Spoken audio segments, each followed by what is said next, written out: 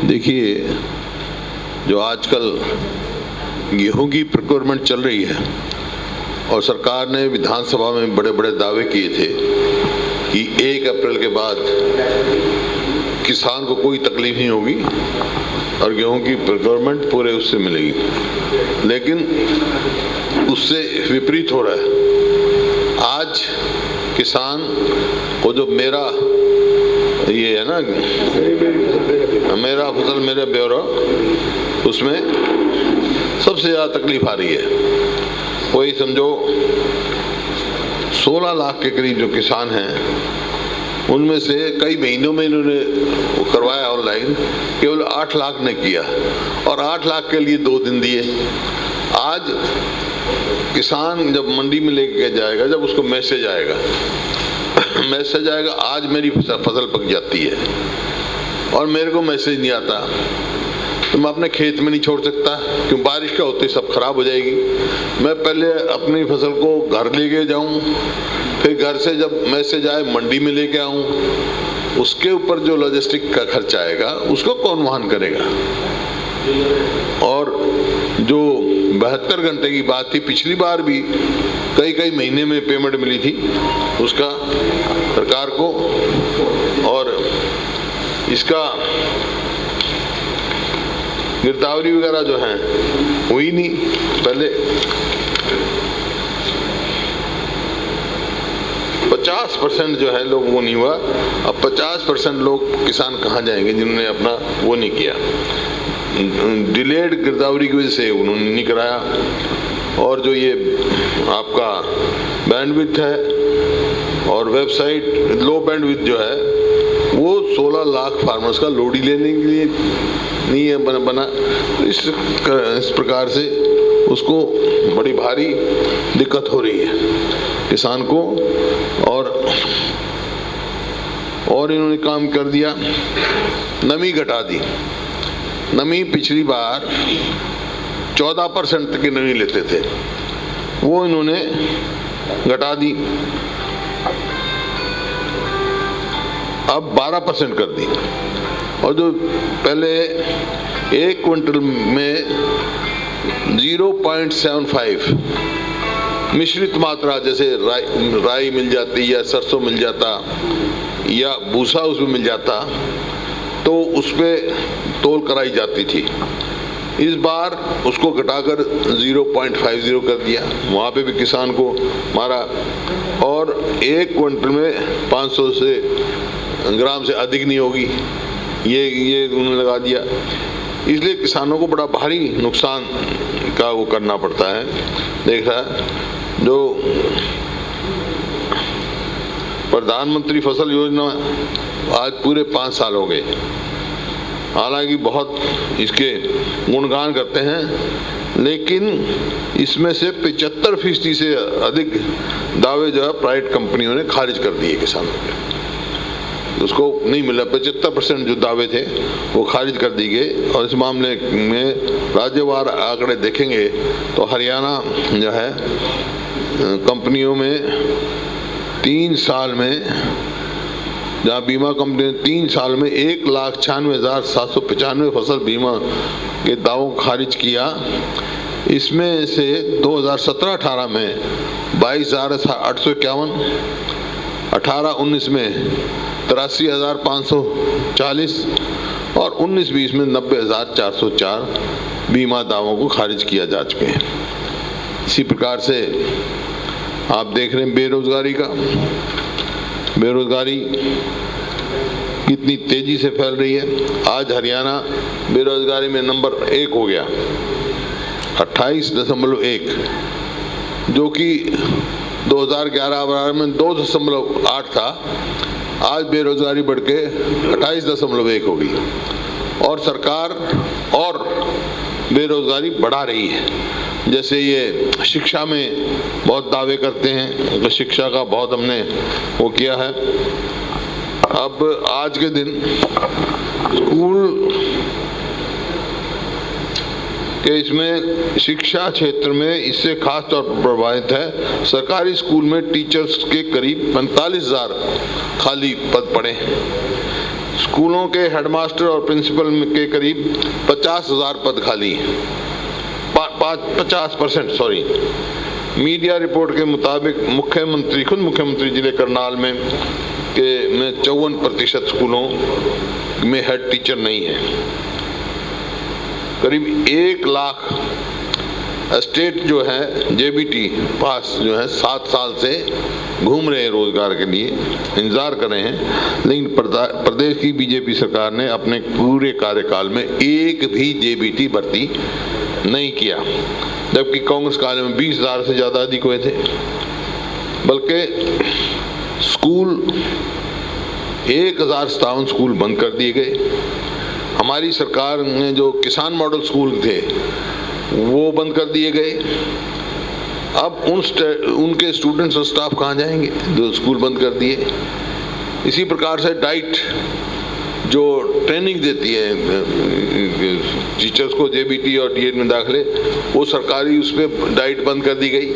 इसका नतीजा ये है कि जो 5,000 फीस थी, आज 1-1 लाख रुपया लेके वो जेबीटी की ट्रेनिंग दे रहे हैं। प्राइवेट संस्थाएं चल रही हैं, वो लूट मचा रहे हैं, बड़ी बड़ी फीसें लेते हैं, लेकिन खुद की सरकार ने डाइट ही बंद कर दी। 4,000 प्ले स्कूल जो इन्होंने कहा, हर बारी ये कहते हैं, घोषणा करते हैं, वो भ्रमित करते हैं, क्योंकि 1135 आंगनवाड़ी केंद्रों को ही प्ले स्कूल में बदला गया और कोई मतलब उसमें काम नहीं किया गया।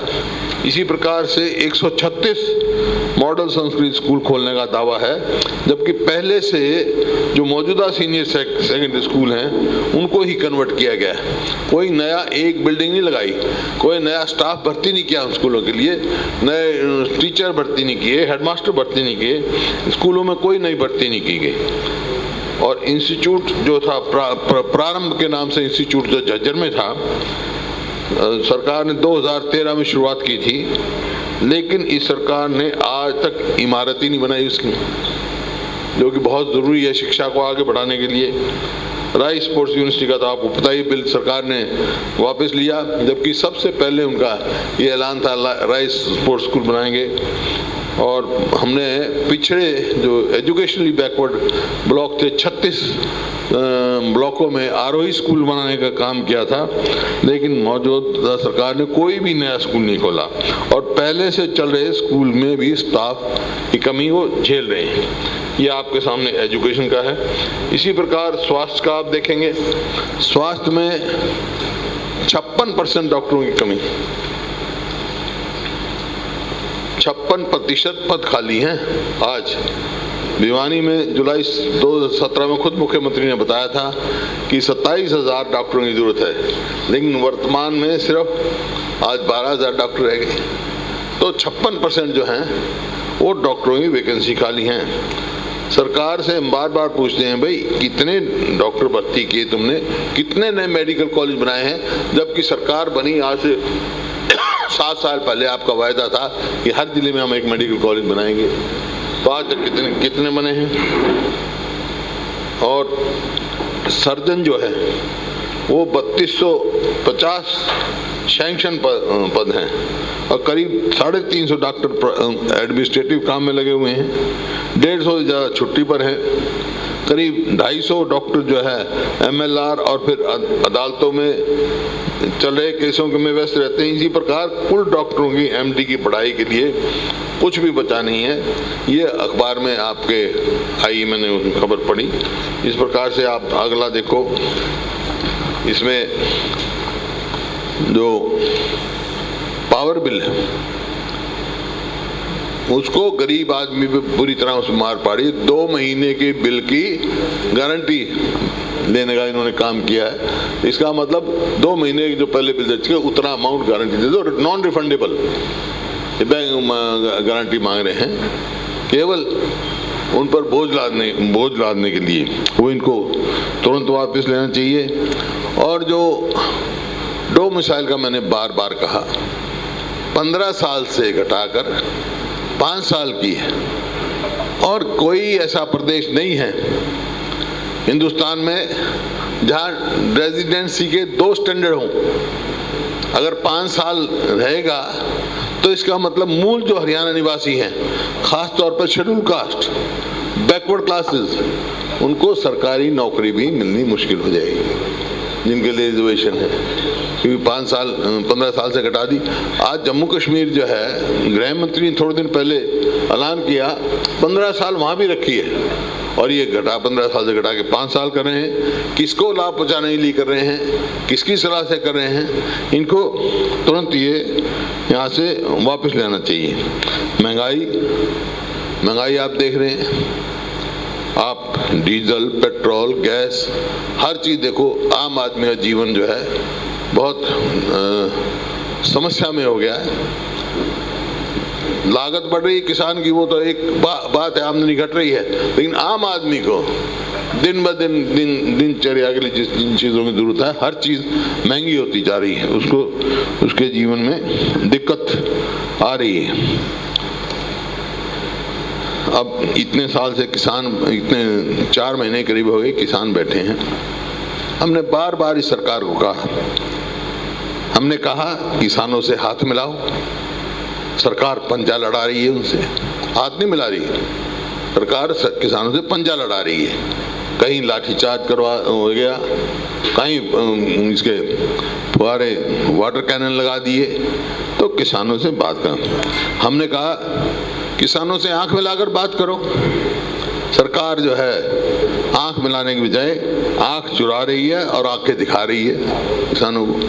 तो इस प्रकार से जो मुख्य वर्ग है, अन्नदाता है, उससे तुरंत बात करके इसका समाधान निकालना चाहिए। आज जो है हरियाणा सरकार जो है वो हर हिसाब से बजट का, मैंने बताया था आपको, बजट का जो 14 से लेकर और पिछले साल तक जो एवरेज रेवेन्यू एक्सपेंडिचर जो आता था, रेवेन्यू रिसिप्ट और रेवेन्यू एक्सपेंडिचर, मतलब 89% आता था। इसका मतलब कुछ पैसा, 11% के करीब पैसा इनके पास विकास के लिए और चीज़ों के लिए रहता था। अब ये इस साल ये बढ़कर 95% हो गया, केवल 5% बचा, डिफरेंस रह गया रेवेन्यू रिसीप्ट और एक्सपेंडिचर में। अगली बार वो भी खत्म हो जाएगा, क्योंकि कर्जा ले रहे हैं, वही 4 वाक की नीति पे चल रहे हैं। कर्जा लो, घी पियो, मरने के बाद कोई नहीं देखेगा। अगली बार बजट देंगे ये तो 100 के 100 के नज़दीक पहुंच जाएंगे। तो आर्थिक उसमें संकट में प्रदेश को डालने का काम ये सरकार कर रही है। कानून व्यवस्था आपको मालूम है, रोज आपके अखबारों में पढ़ते हैं हम, हर रोज तो कत्ल, बलात्कार, लूट पाट, कोई आदमी अपने आप में सुरक्षित नहीं है आज हरियाणा में। और आपने भ्रष्टाचार का आपको मालूम है, एक के बाद एक घोटाला इन्होंने किया।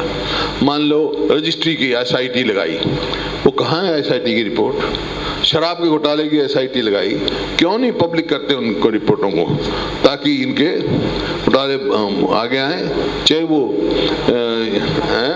यूनिवर्सिटी जो हैं, यूनिवर्सिटी के जो क्लास 2 और 1 ऑफिसर्स हैं, उनको एम्प्लॉयमेंट करके, उनको नौकरी देने के लिए वो अपने इसमें हरियाणा सबऑर्डिनेट सर्विस क्लास में लेंगे।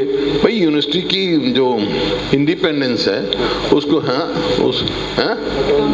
ऑटोनॉमी को डिस्टर्ब किया जा रहा है। इसका मतलब वहाँ यूनिवर्सिटी की भी शिक्षा जो है वो नहीं रहेगी जो रह रहे हैं। ऐसा काम नहीं करना चाहिए, इनको छेड़छाड़ इन चीज़ों के साथ नहीं करनी चाहिए। आपने देखा CAG की रिपोर्ट, CAG की रिपोर्ट पहले दिन पेश करनी चाहिए थी इनको, लेकिन आखिर में की। आप CAG की रिपोर्ट देखो तो बहुत सारे लंबे चौड़े उन्होंने निकाले, मेरे पास तो सारी रिपोर्ट है। 15,000 करोड़ की तो अभी उसमें सिर्फ रियल एस्टेट में इन्होंने जो नी वसूली करी, कहीं वो काम रेवेन्यू बढ़ाने का काम कर ही नहीं रही है। पर और जो ये अफोर्डेबल हाउसिंग है, उसमें बैंक गारंटी लेने का काम था, देना पड़ता है। मेरे ख्याल में 83 के करीब लाइसेंस दिया, 83, उन्होंने बैंक का गारंटी नहीं ली। तो कैसे, कहाँ, मतलब आर्थिक तौर पे प्रदेश को कहाँ धकेला जा रहा है, ये आपके सामने है। तो मैं यही कहना चाहता था आज आपसे कि भाई प्रदेश बड़ी गंभीर स्थिति में जा रहा है। कोरोना की जो बीमारी है वो फिर से बड़ी तेजी से बढ़ रही है। पिछली बार कोरोना के लिए सबने मिलकर लड़ाई लड़ी, अब फिर सबको मिलकर इस बीमारी से लड़ना होगा। सरकार को भी, आम आदमी को भी, और जो भी है इंस्ट्रक्शंस हैं, गाइडलाइंस हैं, सबको फॉलो करनी चाहिए। जब भी अपने स्वयं के बचाव में ही हम बचेंगे, यही मैंने कहना है। और सरकार को भी तुरंत डॉक्टरों की कमी, वैक्सीनेशन, उसमें और तेजी स्फूर्ति लानी चाहिए। अब ये SIT लगा देते हैं। और फिर अभी कानून व्यवस्था के बारे में पढ़ रहा था कि गृह मंत्री 6 SP से नाराज है। अरे पूरे प्रदेश का ये हाल है। अपनी कमजोरी को किसी अधिकारियों के कंधे पर नहीं फेंकना चाहिए।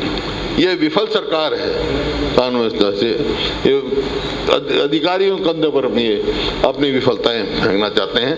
विपक्ष पे अपनी विफलताएं थोपना चाहते हैं, खुद की विफलताएं हैं। आज जो परिस्थिति है, मैं इस बात को नहीं कहता हूं अच्छी परिस्थिति नहीं है, लेकिन जिस प्रकार से कोई मंत्री या वो जा रहे हैं, जो जिस प्रकार से उनको मिल रहा है, आज खुद सरकार को आत्मअध्ययन करना चाहिए कि भाई ऐसा परिस्थिति क्यों हुई, क्यों लोगों के साथ हाथ क्यों नहीं बढ़ा के चलते। ये उन लोगों ने चुनी है सरकार जो 2 साल पहले 10 की 10 सीट जिस पार्टी की आई हूं, आज वो सरकार JJP और BJP की सरकार हरियाणा में केवल विश्वास नहीं, कॉन्फिडेंस तो लोगों का खो ही चुकी है, लेकिन स्वयं की क्रेडिबिलिटी भी खत्म हो चुकी है। हाँ, विश्वसनीयता, क्रेडिबिलिटी भी इस सरकार की खत्म हो चुकी है लोगों ने। और आप कोई सवाल पूछें। दो बातें इसमें पूरा सा बड़ी, एक तो आप कह रहे हैं मंत्रियों के फैसलों के साथ आप ही ऐसा विवाद नहीं होना चाहिए, लेकिन इन नेताओं का जब भी आंदोलन के जब जाते हैं उनको तो वो कहते हैं कुछ कांग्रेस के लोग हैं, कुछ JJP के लोग हैं, INLD के लोग हैं, वो लोग मतलब राजनीतिक दलों के लोग हमारा विरोध कर रहे हैं। कोई राजनीतिक, ये देखिए अपनी विफलताएं दूसरे पर नहीं थोपना चाहिए, विपक्ष पे। ये किसानों की बात करते हैं, किसान का आंदोलन कोई राजनीतिक दल नेतृत्व नहीं कर रहा है। आप देख रहे हैं स्वयं, किसान खुद कहते हैं किसान ही आंदोलन कर रहे हैं, समर्थन कर रहे हैं कि उनकी मांग जायज है।